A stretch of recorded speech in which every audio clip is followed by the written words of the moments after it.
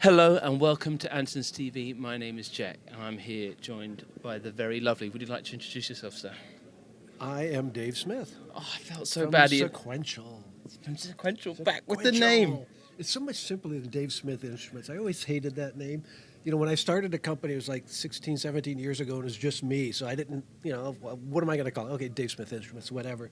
And then, after 5 years, I started hiring people, and then we started building all these cool instruments, and I found myself with a company with a name, and even worse, a logo that was atrocious.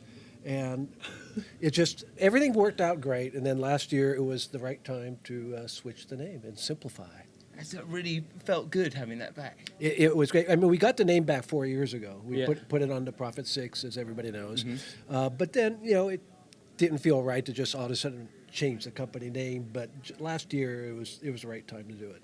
Lovely. I'm so happy to hear that. I don't want to... You've done so many great things in your life. I've had a little read and I've been familiar with you for many a year, and it's a real honour again. But you strike me as a chap that's always looking forward, and you must have done to have achieved all the things you've done. I don't want to dwell on it, but let's stick with the new Prophet X The Prophet and the Prophet X. XL. Yes. It's been out for a bit. How do you feel it's gone, where you're at, and what do you see for the future of it? Well, the Prophet X has been out for about 6 months, and the XL about 2 months, I guess. And it's going well. People are still confused about it. People have had 30 years of being stuck with workstations. So when they think samples, they think workstations.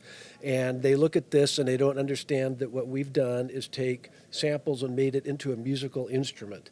It's a completely different thing than just picking your piano or picking your organ, whatever. So we put analog filters in it. And people have been asking me for that for 20 years. They say, why don't you build a sampler that has analog filters? Because in the 80s, the first ones that came out all had analog filters.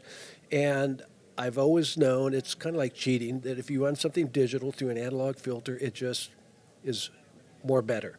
I mean, it just sounds better. There's something about it, and everybody who owns one of our instruments knows what that means.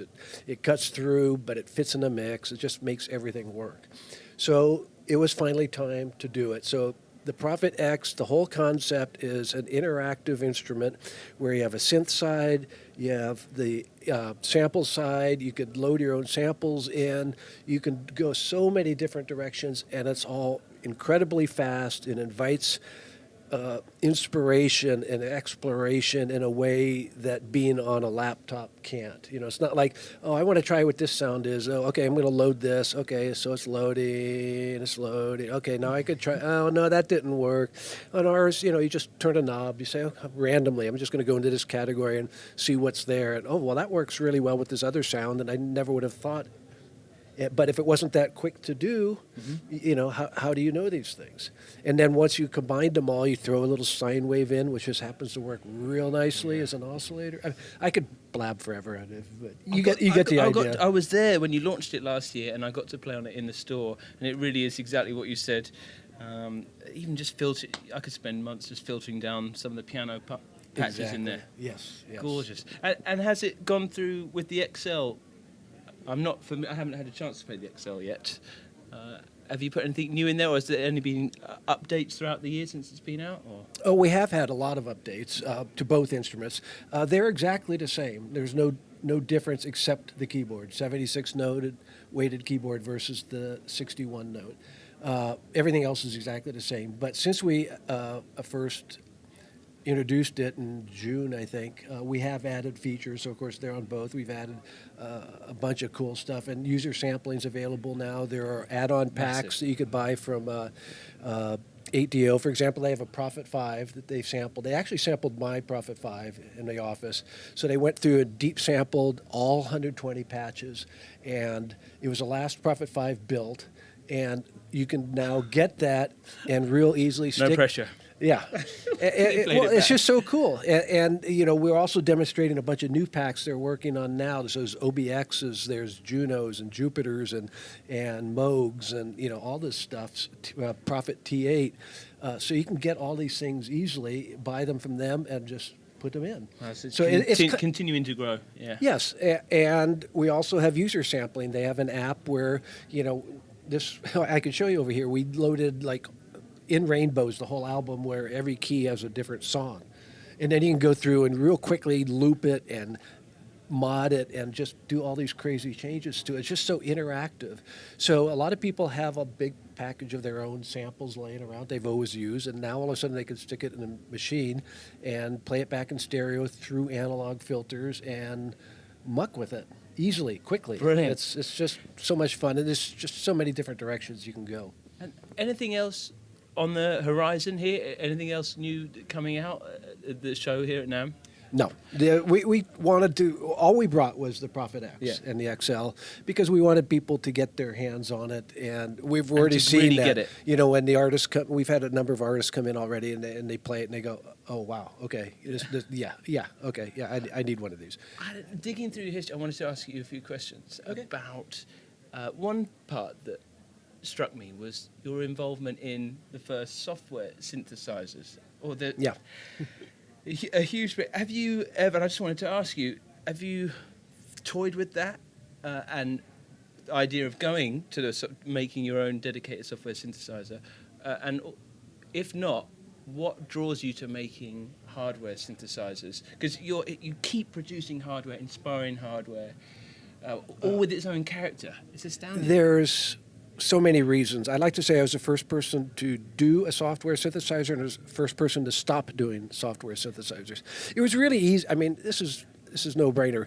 One day, I was realizing I've never played the product. It was called Reality from Sear Systems, where I worked at the time, and I was never using it, even though it was kind of cool. It had FM and sampling and subtractive and physical modeling, all this stuff in there.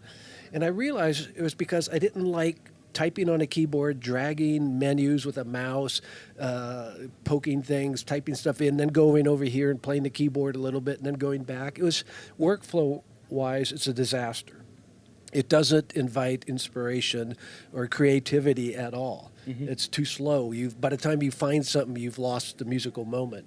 So I drifted back into hardware when I first did the Evolver, almost just to see what would happen. I just said, I missed how much fun it was to design a piece of hardware.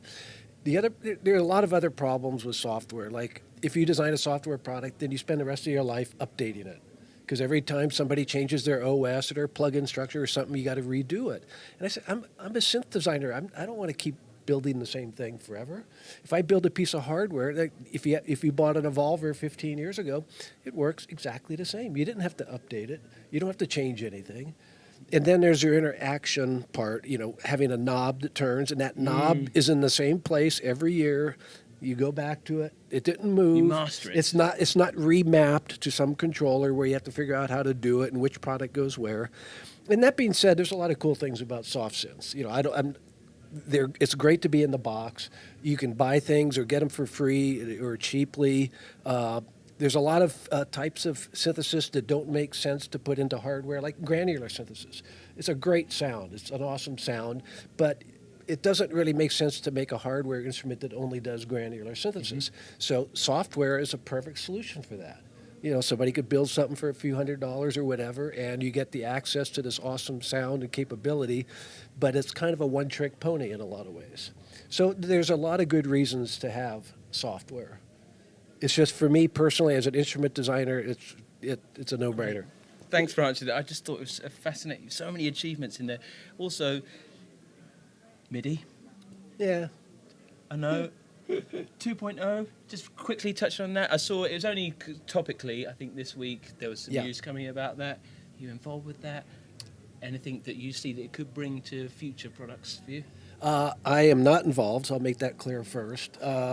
It's in some ways, people have been talking about a MIDI 2.0 for 20 or 25 years, ever since the first one came out, and yet it's still 1.0. And there's a good reason for that. It does 99% of what it needs to do for most people. Sure, there's some things you could increase resolution or this or that. And if everybody eventually does MIDI 2.0, then we may also in ours, just to be compatible. But, if you talk about taking velocity to 16 bits of velocity, there's nobody or no product that can provide that kind of articulation. I mean, are you going to tell the difference between level 10,014 and 10,018? No. I'm with you, man. And the same, 32 bits of pressure. Well, okay, I guess that could be useful. And for some things, alternate controllers and stuff, some of this stuff will make sense. But, for mainstream stuff, for what most people use, MIDI's been working pretty well. It's good to get it updated, though, I have to say. Lovely. And your bits of kit have shaped a lot of the music I listen to, everyone's listened to. For you, if you could go, of all the people you've inspired and all the music you like, I'd be fascinated to see, if you could go see a gig, any gig tomorrow night, dead or alive, whoever you dream of, you got to go see one gig. What's Dave Smith going to go watch? Oh, that's so hard to say because we have so many artists that I just love. It doesn't have to be just in your gut for you. Well, Radiohead would be a good answer. And, I have seen them a number of times, of course. And they do use some of our instruments and always have. So that would be my knee-jerk answer, I suppose. With you. So. And it's so dynamic watching them. It's such a journey. Because they know what they're doing, and they're always doing something fresh, and it's... Anyhow. I think you are too, mate. It's been a real pleasure. Thanks so you. much. Thanks. And come check out all of Dave's products at the store. We're one of the only places in England where you can play it. Anyway, I'm going to leave it. The guy's got plenty of people to see. Thanks again, man. Okay, Cheers. thanks.